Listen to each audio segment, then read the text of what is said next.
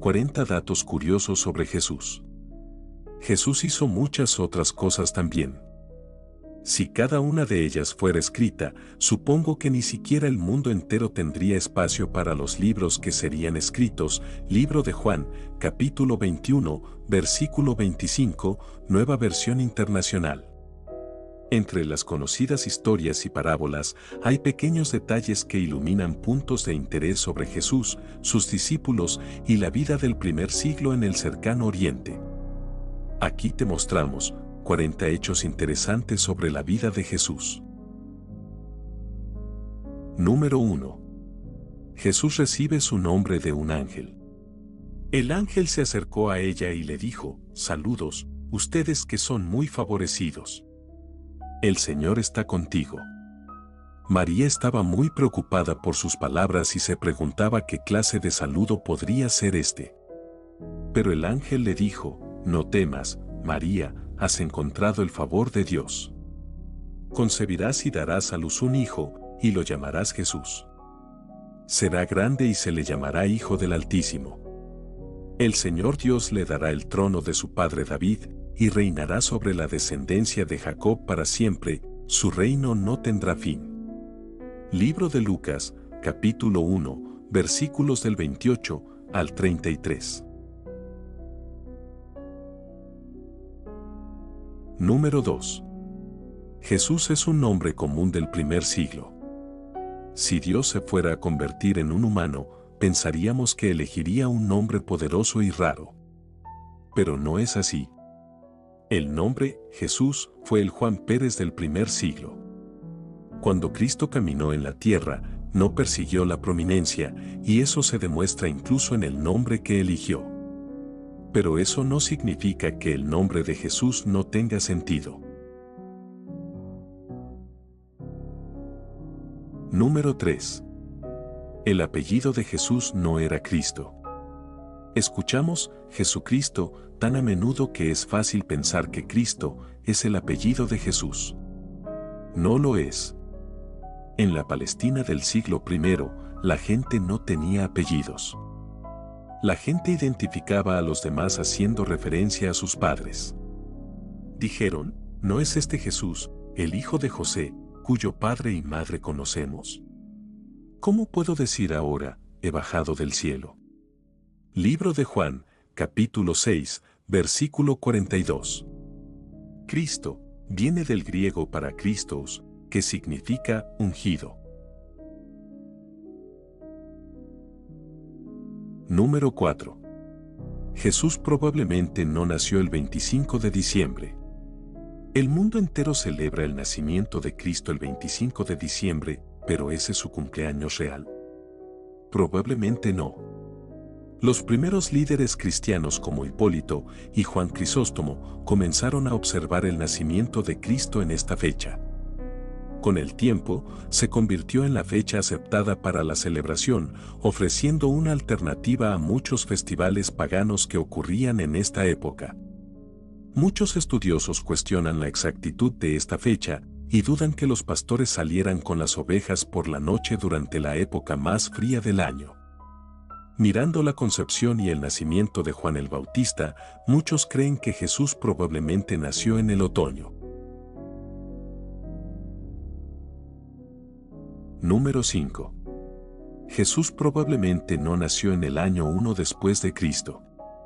El significado de Jesús se ve en cómo su presencia divide la historia. Hoy en día vemos la historia a través de la lente de AC, que significa antes de Cristo, y DC, que significa después de Cristo. El único problema es que Jesús probablemente nació antes del año 4 antes de Cristo. Herodes es la razón principal por la que muchos estudiosos creen que Cristo nació antes. La mayoría cree que Herodes murió en el año 4 antes de Cristo. Y como jugó un papel tan importante en la historia del nacimiento de Cristo, Jesús tuvo que haber nacido antes de esta fecha. Número 6. Jesús nació de una virgen. El Evangelio de Mateo afirma que la concepción de Jesús fue milagrosa y señala este milagro como un cumplimiento de la profecía de Isaías. Por lo tanto, el Señor mismo te dará una señal: la Virgen concebirá y dará a luz un hijo, y lo llamará Emmanuel. Libro de Isaías, capítulo 7, versículo 14. No solo nació Jesús de una virgen, sino que Mateo vio esto como una prueba crítica de que Jesús era en realidad el Mesías.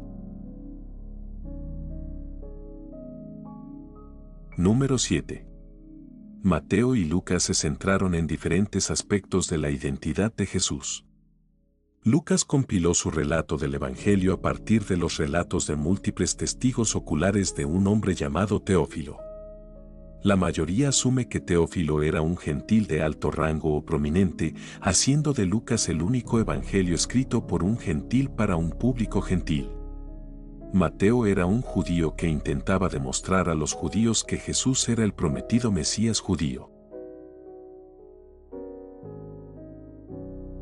Número 8. El árbol genealógico de Jesús tiene algunos personajes bastante sombríos. Al entrar en el mundo, Jesús eligió una línea familiar bastante poco propicia. Si la pureza fuera su principal preocupación, no habría entrado en un linaje con caracteres tan sombríos como sus siguientes integrantes. Jacobo fue un conspirador habitual. Judá colaboró con sus hermanos para vender al hermano menor como esclavo. Rahab, una trabajadora sexual. Salomón se casó con 700 mujeres y apartó su corazón del Señor. Roboam hizo el mal porque no había puesto su corazón en buscar al Señor. Libro de Segunda de Crónicas, capítulo 12, versículo 14. Abías cometió todos los pecados que su padre había hecho antes de él. Libro de Primera de Reyes, capítulo 15, versículo 3. Número 9. No sabemos cuántos magos visitaron a Jesús. Estamos acostumbrados a ver las guarderías de Navidad con 3 reyes magos. Eso es probablemente porque vinieron con 3 regalos: oro, incienso y mirra. La verdad es que las escrituras no nos dicen cuántos reyes magos viajaron desde el este para visitar al rey recién nacido. Número 10. Jesús tuvo varios, medios, hermanos. Jesús tenía hermanos, nos lo dicen en los siguientes evangelios. Libro de Mateo, capítulo 12, versículo 46, en el libro de Lucas, capítulo 8, versículo 19, y en el libro de Marcos, capítulo 3, versículo 31. Mateo incluso nos dice los nombres de los hermanos y menciona a sus hermanas. ¿No es este el hijo del carpintero? ¿No se llama María su madre, y no son sus hermanos Santiago, José, Simón y Judas? ¿No están todas sus hermanas con nosotros? ¿De dónde ha sacado este hombre todas estas cosas? Libro de Mateo, capítulo 13, versículos del 55 al 56. Número 11. Belén significa casa del pan. El nombre del pueblo donde nació Jesús se llama Belén. En hebreo son 2 palabras. Bet, que significa casa, y Lehem, que significa pan. Es difícil no ver el significado aquí. No solo el profeta Miqueas predijo que el Mesías nacería en Belén, sino que Jesús se refirió frecuentemente a sí mismo como el pan de vida. Libro de Juan, capítulo 6, versículos 35, 48 y 51. Número 12. Jesús creció como carpintero. José era conocido como carpintero en el libro de Mateo, capítulo 13, versículo 55, y Jesús debe haber aprendido el oficio, porque la multitud de su ciudad natal lo identifica también como carpintero. ¿No es este el carpintero? ¿No es este el hijo de María y el hermano de Santiago, José, Judas y Simón? ¿No están sus hermanas aquí con nosotros? Y se ofendieron con él. Libro de Marcos, capítulo 6, versículo 3. La palabra griega tekn significa artesano. Esto no significa necesariamente que José hubiera hecho cosas de madera que habrían sido muy caras. Podría haber sido también un albañil. Número 13. Jesús habló de teología con los fariseos cuando era niño. Lucas nos da nuestra única visión de Jesús en su adolescencia. José y María se separan de Jesús en la caravana de regreso de la Pascua en Jerusalén. Cuando se dan cuenta de que Jesús ha desaparecido, se apresuran a volver a la antigua ciudad en pánico. No lo encuentran durante 3 días. Libro de Lucas, capítulo 2, versículo 46. Y cuando lo encuentran, no está asustado o angustiado como el típico niño. Lo que descubren es asombroso. Después de 3 días lo encontraron en los patios del templo, sentado entre los maestros, escuchándolos y haciéndoles preguntas. Todos los que lo escucharon se asombraron de su comprensión y sus respuestas. Cuando sus padres lo vieron, se asombraron. Su madre le dijo: «Hijo, ¿por qué nos has tratado así? Tu padre y yo te hemos estado buscando ansiosamente». «¿Por qué me buscabas?», preguntó. «¿No sabías que tenía que estar en la casa de mi padre?». Libro de Lucas, capítulo 2, versículos del 46 al 49. Número 14. Jesús probablemente tenía un aspecto muy ordinario. No tenemos mucha información sobre la apariencia física de Jesús, pero Isaías profetiza sobre ella. Creció ante él como un tierno brote y como una raíz de la tierra seca. No tenía belleza ni majestad para atraernos a él, nada en su apariencia para que lo deseemos. Libro de Isaías, capítulo 53, versículo 2. También sabemos que cuando Judas traicionó a Jesús, tuvo que besarlo. Libro de Mateo, capítulo 26, versículo 48, para ayudar a las autoridades a identificarlo. Era evidente que Jesús no destacaba físicamente entre los demás discípulos. De hecho, después de que resucitó de entre los muertos, María Magdalena lo confunde con el jardinero. Al hacerlo, se dio la vuelta y vio a Jesús parado allí, pero no se dio cuenta de que era Jesús. Él le preguntó: «Mujer, ¿por qué lloras? ¿A quién buscas?». Pensando que era el jardinero, ella dijo: «Señor, si se lo ha llevado, dígame dónde lo ha puesto, y lo traeré». Libro de Juan, capítulo 20, versículos del 14 al 15. Número 15. Jesús comenzó su ministerio cuando tenía unos 30 años. En el libro Números, capítulo 4, versículo 3, nos dice que un hombre debe tener al menos 30 años para ejercer el cargo de sacerdote. Curiosamente, esta es la edad que tenía Jesús cuando comenzó su ministerio. El mismo Jesús tenía unos 30 años cuando comenzó su ministerio. Libro de Lucas, capítulo 3, versículo 23. Número 16. El primer milagro de Jesús fue en Caná. Cuando Jesús convirtió el agua en vino en las bodas de Caná, realizó su primer milagro. En este evento milagroso, demostró su control sobrenatural sobre los elementos físicos. Este milagro dio inicio a su ministerio público. Libro de Juan, capítulo 2, versículos del 1 al 11. Número 17. Jesús hablaba varios idiomas. El arameo era el principal idioma hablado por los judíos en la Palestina del primer siglo. Y como la mayoría de los judíos, habría aprendido a estudiar la Torá en hebreo. ¿Hablaba griego? Es probable que cuando habló con el centurión. Libro de Mateo, capítulo 8, versículos del 5 al 13, y con Pilatos. Libro de Mateo, capítulo 27, versículos del 11 al 14, ellos estaban hablando en griego. Los romanos hablaban en latín, pero el griego habría sido la forma en que interactuaban con los judíos helenísticos. Número 18. Jesús necesitaba la soledad para orar y recargar.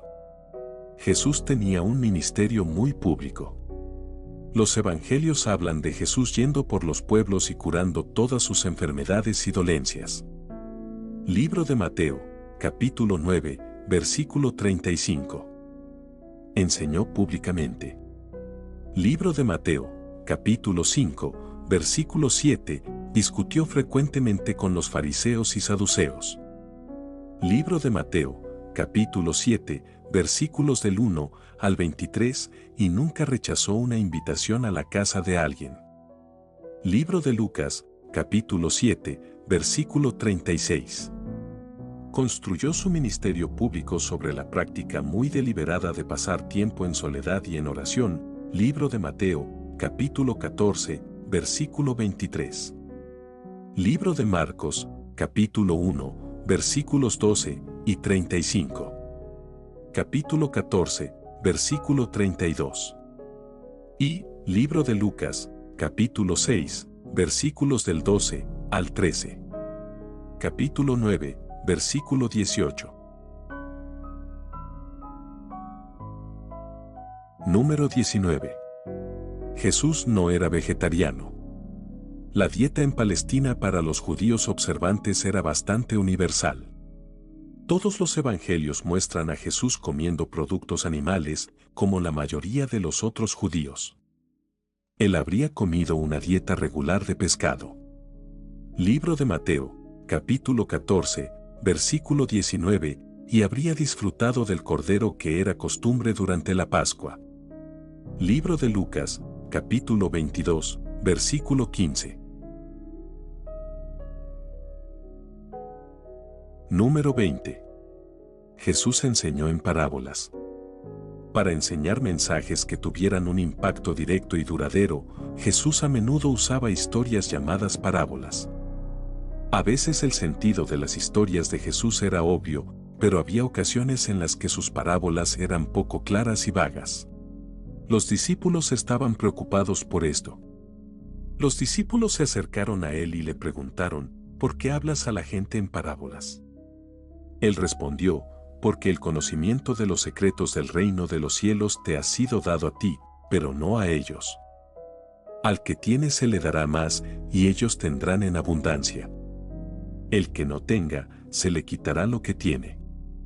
Por eso les hablo en parábolas. Aunque vean, no ven, aunque escuchen, no oyen ni entienden. Libro de Mateo, capítulo 13, versículos del 10 al 13. Número 21. Jesús frecuentemente mostró emoción. Muchas representaciones modernas de Jesús lo retrataron como una figura sin emociones. Pero los escritores de los evangelios nos dan un vistazo de un Salvador apasionado. A lo largo de los evangelios, vemos a Jesús enojado. Libro de Mateo, capítulo 21, versículos del 12 al 13. Vemos a Jesús llorar. Libro de Lucas, capítulo 19, versículos del 41 al 44. Y Libro de Juan, capítulo 11, versículo 35. Y también lo vemos mostrar compasión. Libro de Mateo, capítulo 9, versículos del 36 al 38. Capítulo 21, versículo 12. Y Libro de Marcos, capítulo 1, versículo 41. Número 22. Jesús ayunó durante 40 días. Solo 3 personas en la Biblia ayunaron durante 40 días, Moisés, Elías y Jesús. Dependiendo de lo bien que uno esté hidratado, la hambruna severa comienza entre 35 y 40 días. Fue durante el ayuno de Cristo que el diablo lo tentó en el desierto. Libro de Mateo, capítulo 4, versículos del 1 al 11. Número 23. Jesús cita el Deuteronomio al diablo. Imagina si todo tu bienestar espiritual dependiera de lo bien que conoces el libro del Deuteronomio. Cuando Satanás tienta a Jesús en el desierto, responde a cada seducción con un pasaje de este libro del Pentateuco. Jesús había ayunado durante 40 días y estaba cerca de morir de hambre.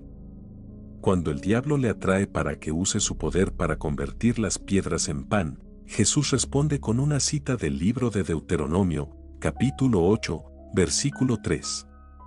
Está escrito: no solo de pan vivirá el hombre, sino de toda palabra que sale de la boca de Dios. Libro de Mateo, capítulo 4, versículo 4. Luego, Satanás tienta a Jesús para que demuestre su singularidad arrojándose del templo. El diablo le recuerda a Jesús que Dios no le permitirá caer.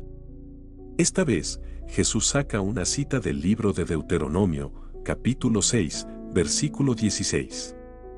También está escrito: no pongas al Señor tu Dios a prueba. Libro de Mateo, capítulo 4, versículo 7. Finalmente, Satanás ofrece a Jesús el mundo y todos sus esplendores si solo Jesús lo adora. Y Jesús le responde desde el libro de Deuteronomio, capítulo 6, versículo 13. Aléjate de mí, Satanás. Porque está escrito: adora al Señor tu Dios y sírvele solo a Él. Libro de Mateo, capítulo 4, versículo 10. Número 24. Jesús se refiere a Dios como Padre en sus oraciones. Todas las oraciones de Jesús demuestran una profunda y duradera relación con Dios. Cuando habló con Dios, usó la palabra Abba, la palabra más familiar para su Padre. Así que quitaron la piedra. Entonces Jesús miró hacia arriba y dijo: Padre, te agradezco que me hayas escuchado. Sabía que siempre me escuchas, pero lo dije para el beneficio de la gente que está aquí, para que crean que tú me enviaste. Cuando dijo esto, Jesús llamó en voz alta: Lázaro, sal. Libro de Juan, capítulo 11, versículos del 41 al 43, Nueva Versión Internacional. Yendo un poco más lejos, cayó con el rostro en el suelo y rezó: Padre mío, si es posible, que me quiten esta copa. Pero no como yo lo haré, sino como tú lo harás. Libro de Mateo, capítulo 26, versículo 39. Jesús dijo: Padre, perdónalos, porque no saben lo que hacen. Y dividieron su ropa echando a suerte. Libro de Lucas, capítulo 23, versículo 34, Nueva Versión Internacional. Número 25. Jesús afirmó ser Dios. Desde el principio, la Iglesia cristiana ha considerado a Jesús como Dios en la carne. Jesús afirmó ser Dios. Sí. En una ocasión, Jesús se llamó a sí mismo por el mismo nombre que Dios usó cuando habló a Moisés desde la zarza ardiente. Libro de Éxodo, capítulo 3, versículo 14. Muy verdaderamente te digo, respondió Jesús, antes de que Abraham naciera, yo soy. Libro de Juan, capítulo 8, versículo 58. Los fariseos entendieron claramente las afirmaciones de Jesús. Por eso trataron de matarlo con más ahínco. No solo quebrantaba el sábado, sino que incluso llamaba a Dios su propio Padre, haciéndose igual a Dios.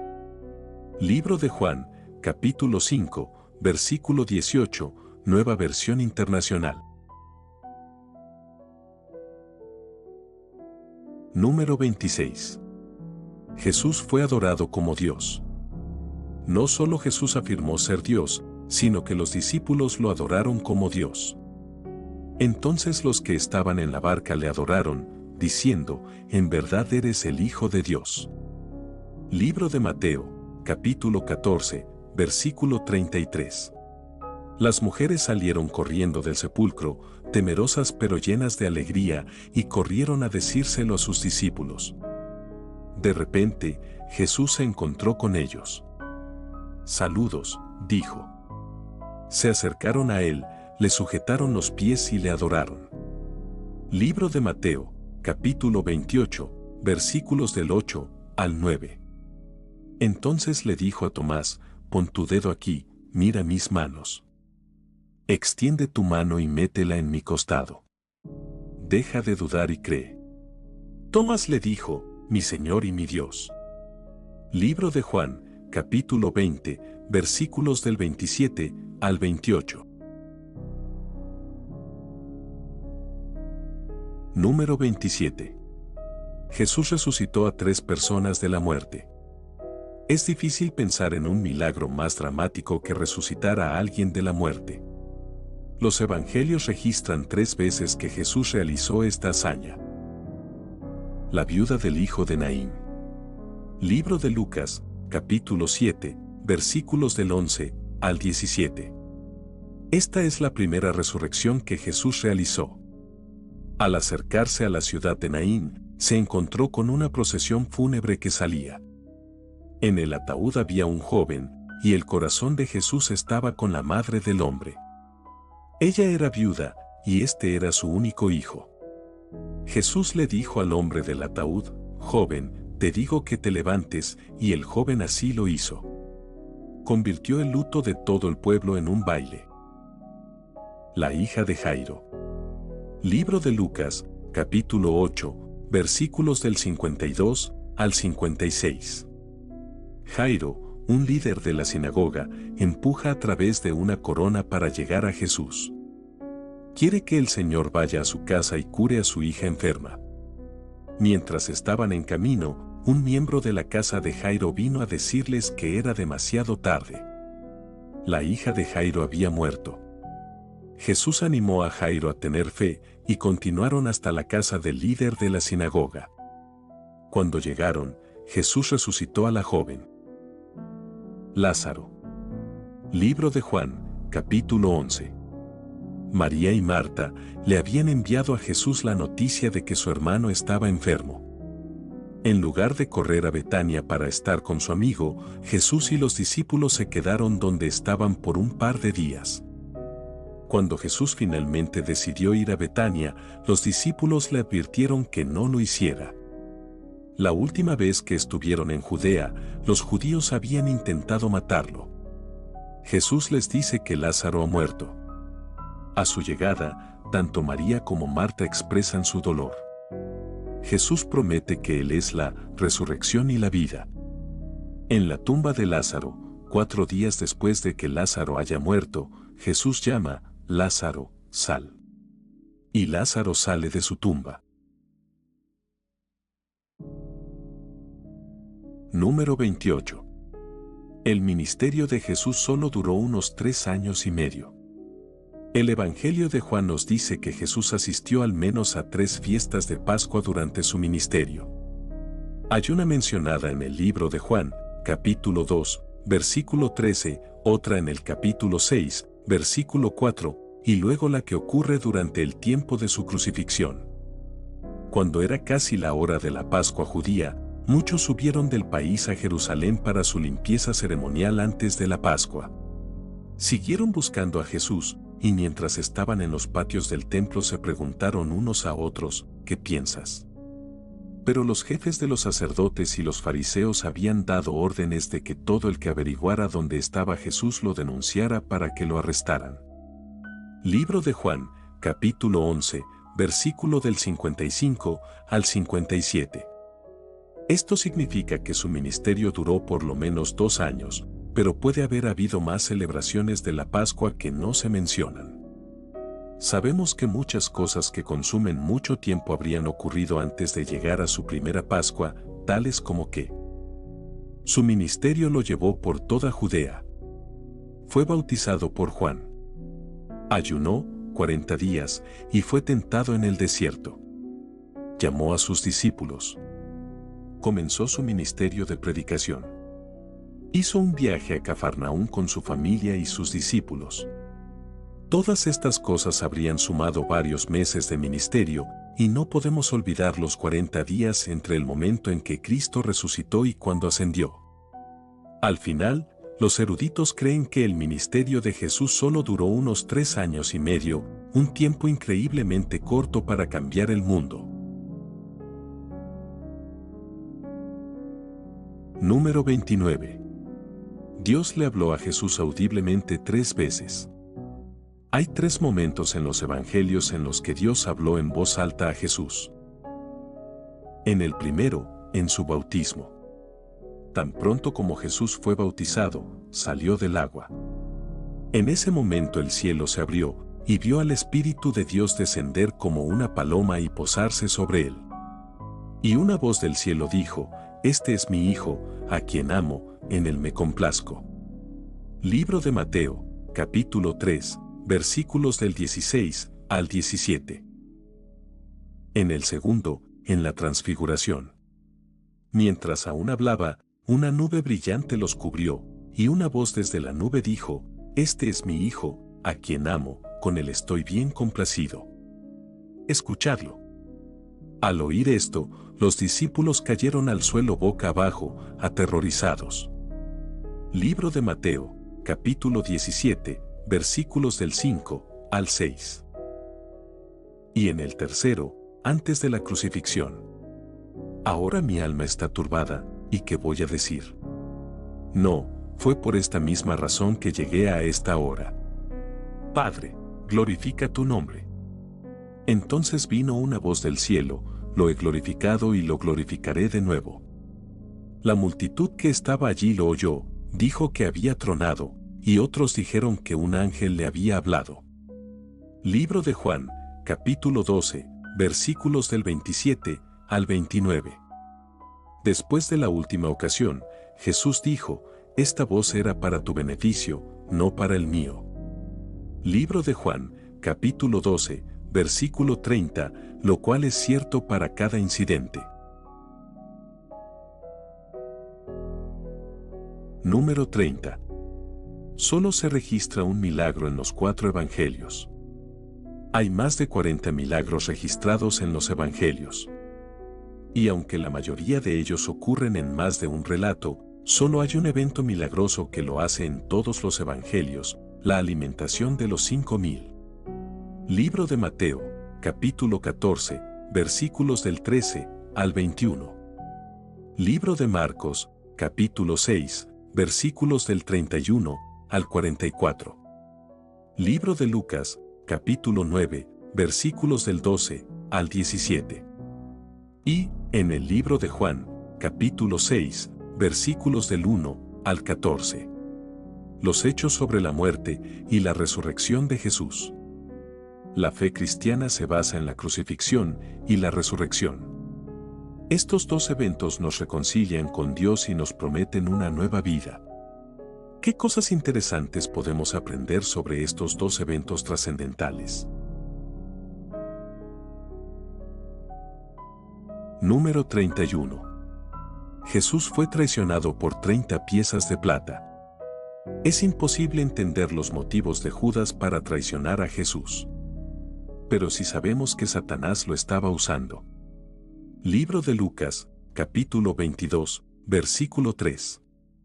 Judas finalmente toma 30 piezas de plata por traicionar a Jesús. ¿Fue eso suficiente factor motivador para la traición? En Zacarías, 30 piezas de plata se usan para describir el salario de un pastor por el día. Libro de Zacarías, capítulo 11, versículos del 12 al 14, así como la compensación por un esclavo que es asesinado. Libro de Éxodo, capítulo 21, versículo 32. ¿Fue suficiente para motivar la traición de Cristo? No podemos estar seguros. Sabemos que después de la crucifixión de Jesús, Judas se dio cuenta de que era una compensación inadecuada para su decisión. Cuando Judas, que le había traicionado, vio que Jesús estaba condenado, se arrepintió y devolvió las 30 piezas de plata a los jefes de los sacerdotes y a los ancianos.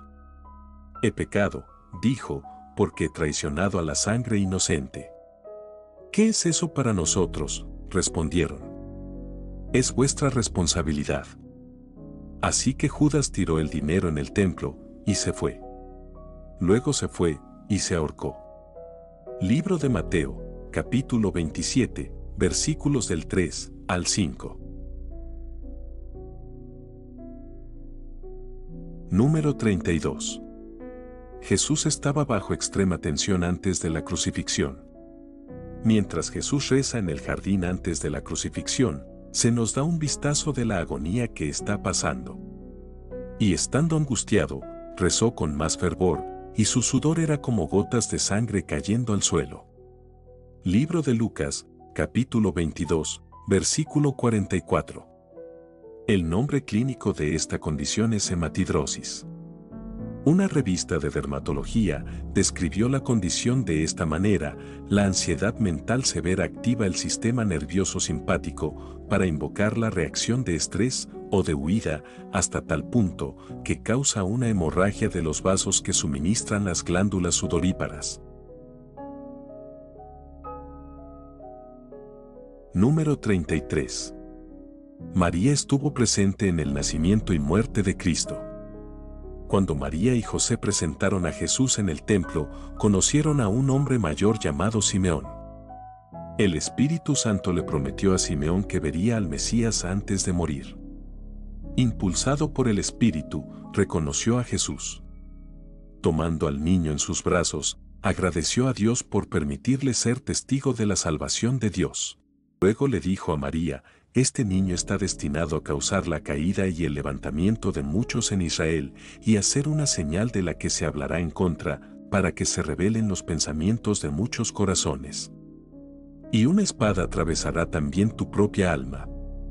Libro de Lucas, capítulo 2, versículos del 34 al 35. La última frase de su profecía se cumplió cuando María vio a su hijo ser crucificado. Incluso en su agonía, Jesús se preocupó por el cuidado de su madre, instruyendo a Juan para que la cuidara. Libro de Juan, capítulo 19, versículos del 26 al 27. Número 34. Se colocó un cartel en la cruz explicando el crimen de Jesús. En el Evangelio de Mateo, se nos dice que se hace una señal que explica los cargos contra Jesús. Libro de Mateo, capítulo 27, versículo 36. Juan nos dice que como el lugar donde Jesús fue crucificado estaba cerca de la ciudad, Jesús de Nazaret, el rey de los judíos, estaba escrito en arameo, latín y griego. Libro de Juan, capítulo 19, versículo 20. En muchas obras de arte y crucifijos, las letras INRI aparecen en el letrero. Esto viene de las primeras letras de la inscripción latina, Jesus Nazarenus Rex Judaeorum, que significa Jesús de Nazaret, Rey de los Judíos. Número 35. La crucifixión no era rara en Roma. Los romanos mantuvieron el poder a través de la intimidación. Si había algún olor a disidencia de un grupo o individuo, las autoridades romanas azotarían y crucificarían a los culpables como un mensaje para el pueblo. Se estima que las personas crucificadas en Roma se cuentan por decenas de miles. Es importante recordar que el impacto del Evangelio no viene de la singularidad o la profundidad del sufrimiento de Cristo en la cruz. Viene de quien estuvo en la cruz y lo que pasó después. Número 36. Donde Jesús sería enterrado se profetizó.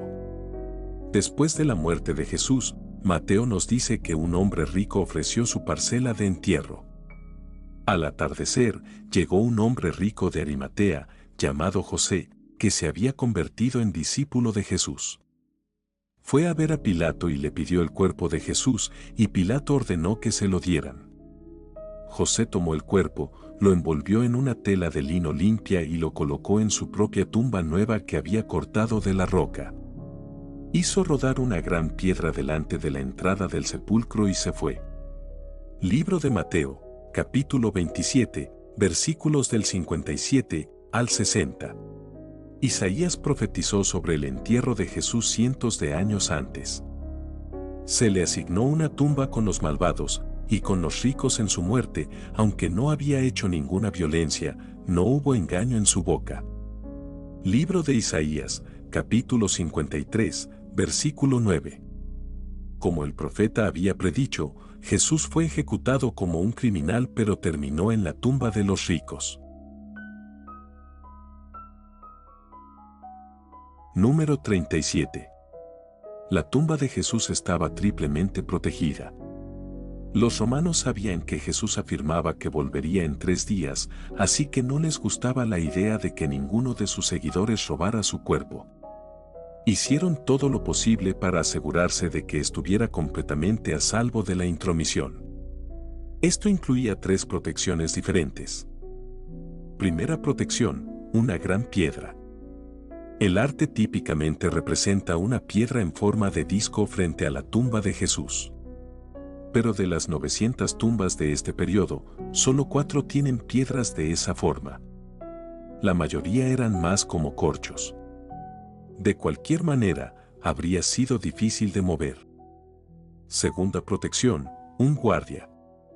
No podemos estar seguros de si utilizaron guardias romanos o la policía del templo judío, pero sí sabemos que Pilato exigió que se pusiera una guardia delante de la tumba. Tercera protección, un sello romano. Un sello romano era una señal de que el contenido pertenecía a Roma y también era una advertencia. Cualquiera que fuera sorprendido rompiendo tal sello probablemente sufriría una crucifixión. Habría sido casi imposible para cualquiera llegar al cuerpo. Probablemente por eso en el libro de los Actos, los romanos nunca sugirieron que el cuerpo fue robado. Número 38. La resurrección de Jesús fue física. Algunos grupos sugieren que Jesús fue criado en un cuerpo espiritual y no físico. Pero el cuerpo de Jesús fue levantado de entre los muertos. Él le dice a los discípulos: ¿por qué están preocupados y por qué surgen dudas en sus mentes? Miren mis manos y mis pies. Soy yo mismo. Tócame y mira, un fantasma no tiene carne ni huesos, como ves que yo tengo. Libro de Lucas, capítulo 24, versículos del 38 al 39. Para ayudar a que esta verdad les llegue a la mente, Jesús comió en su presencia. Y mientras aún no lo creían por la alegría y el asombro, les preguntó: ¿tienen algo aquí para comer?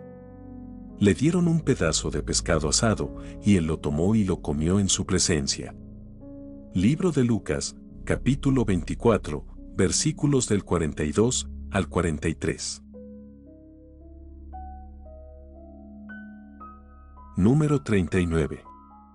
El hecho de que Jesús dejara su ropa de entierro fue significativo. Cuando Pedro y, probablemente, Juan corrieron a la tumba vacía, el lino y la tela usados para envolver el cuerpo de Jesús todavía estaban allí. Entonces Simón Pedro vino detrás de él y fue directamente a la tumba. Vio las tiras de lino que estaban allí, así como la tela que había sido envuelta alrededor de la cabeza de Jesús. La tela seguía en su sitio, separada del lino. Finalmente el otro discípulo, que había llegado primero a la tumba, también entró. Vio y creyó. Libro de Juan, capítulo 20, versículos del 6 al 8. Este es otro pequeño detalle que argumenta en contra del robo del cuerpo de Cristo. El tiempo, el riesgo y el esfuerzo que habría llevado a alguien a robar el cuerpo de Jesús habría exigido que se llevaran también los lienzos y la ropa. La necesidad de quitarlos habría requerido mucho tiempo y trabajo. Cuando Pedro y Juan ven esos artículos en la tumba, se añade a la probabilidad de que María realmente vio al Señor resucitado. Número 40. Jesús nos ordena que seamos sus testigos. Las últimas palabras del Evangelio de Mateo se conocen como la Gran Comisión. Aquí es donde Jesús le dio a la iglesia su misión. Toda la autoridad en el cielo y en la tierra me ha sido dada. Por tanto, ir y hacer discípulos a todas las naciones, bautizándolos en el nombre del Padre y del Hijo y del Espíritu Santo, y enseñándoles a obedecer todo lo que os he mandado. Y seguramente estaré con vosotros siempre, hasta el final de los tiempos. Libro de Mateo, capítulo 28, versículos del 18 al 20. Jesús dice algo muy similar a sus discípulos justo antes de ascender al cielo.